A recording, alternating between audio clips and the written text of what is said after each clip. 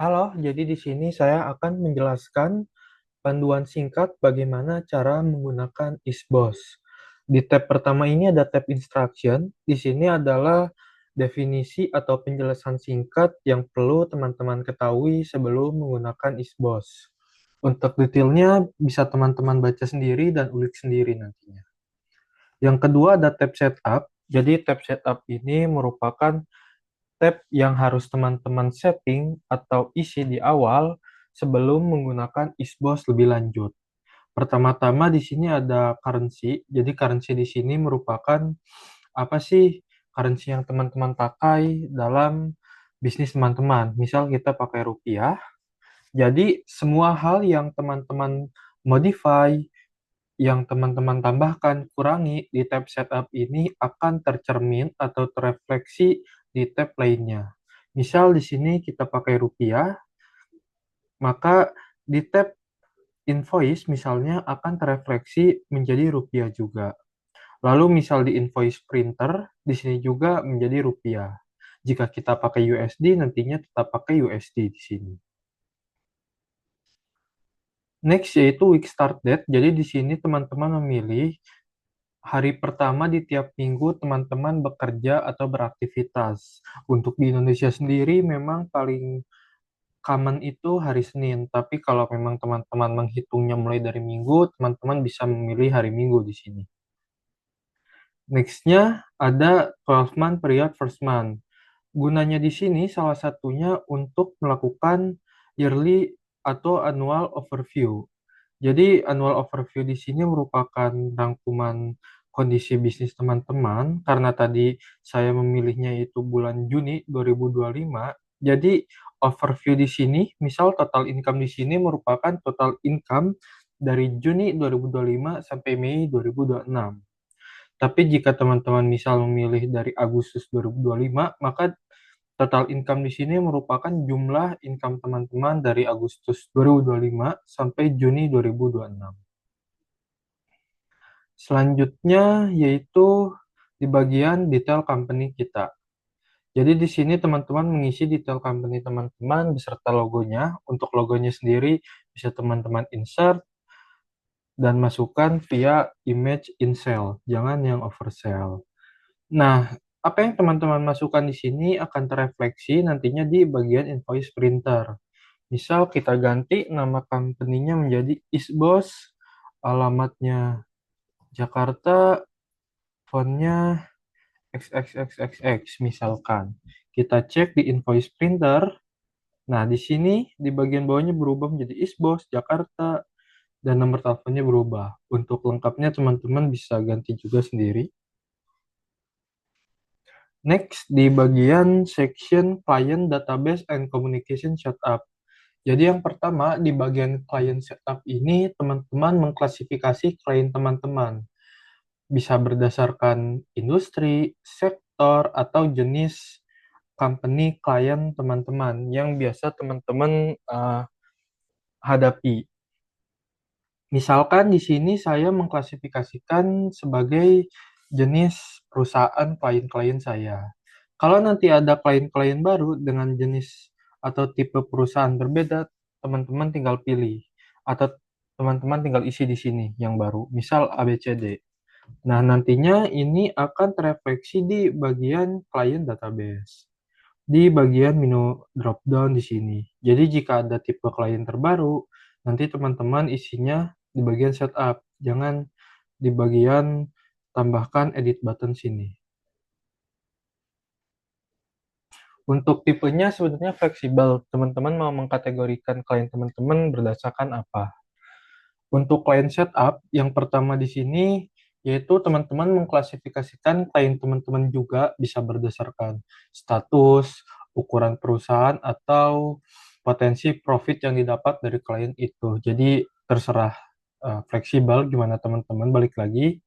Yang kedua, prioritas klien dan payment method ini payment method yang biasa teman-teman gunakan.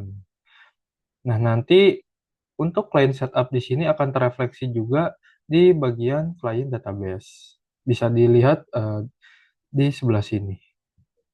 Next-nya yaitu di bagian contact type, dan status setup. Nah, untuk contact type dan status setup di sini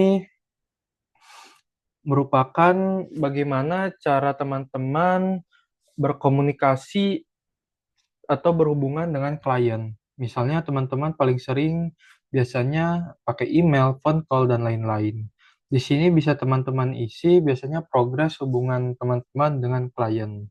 Nah, kedua kolom ini akan terefleksi di bagian communication history. Di bagian sini, contact type dan status.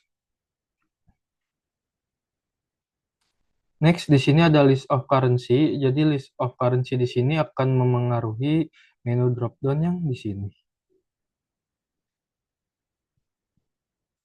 Next, ada section task and project and invoice setup. Jadi di bagian invoice atau service setup di sini teman-teman listing semua service yang teman-teman miliki beserta harganya dan duration-nya. Untuk duration sendiri opsional, tidak semua bisnis atau tipe bisnis jasa memiliki duration. Salah satu yang memiliki duration contohnya seperti personal trainer. Jadi misal full package di sini merupakan paket PT untuk klien selama 2 bulan misal, seperti itu. Nah, apa yang teman-teman list di sini akan terefleksi di tab invoice. Berikut, jadi nanti akan terefleksi di bagian invoice di sini, teman-teman. Di full, di service di sini. Jadi misal teman-teman tadi mendefinisikan full package itu harganya 25.000. Nah, di sini menjadi 25.000. Jadi semua hal yang teman-teman perlu input, teman-teman input di setup sini. Nah, untuk task project setup, di sini teman-teman listing semua status pekerjaan teman-teman dan prioritas yang teman-teman pakai. Nah, untuk employee directory ini, jika teman-teman memiliki karyawan, bisa teman-teman isi. Kalau tidak, bisa teman-teman kosongkan atau diisi oleh nama teman-teman. Ini akan terefleksi di tab Task and Project di bagian sini. Nah, di sini ada priority pekerjaan, statusnya apa, terus tadi employee directory atau responsible person siapa.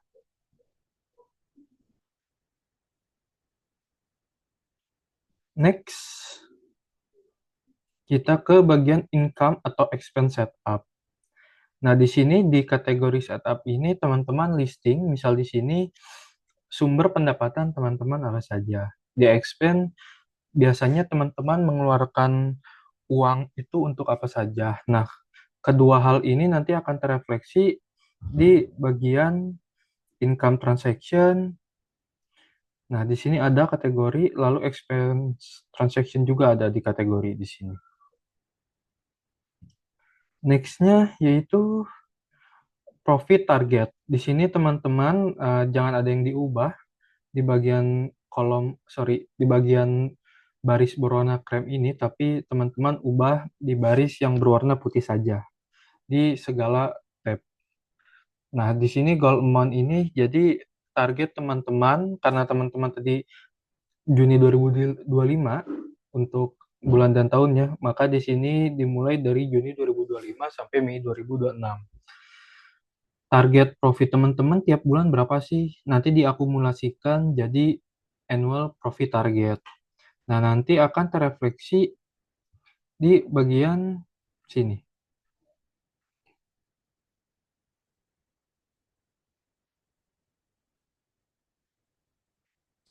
Nah, di sini ada profit target, monthly profit, dan seterusnya. Nanti teman-teman akan tahu sendiri lebih detailnya saat dijelaskan. Next, di sini ada salesperson. Jadi kalau teman-teman di bisnis teman-teman punya sales representatif, bisa diisi di sini. Tapi jika tidak, teman-teman bisa kosongkan atau isi dengan nama teman-teman sendiri.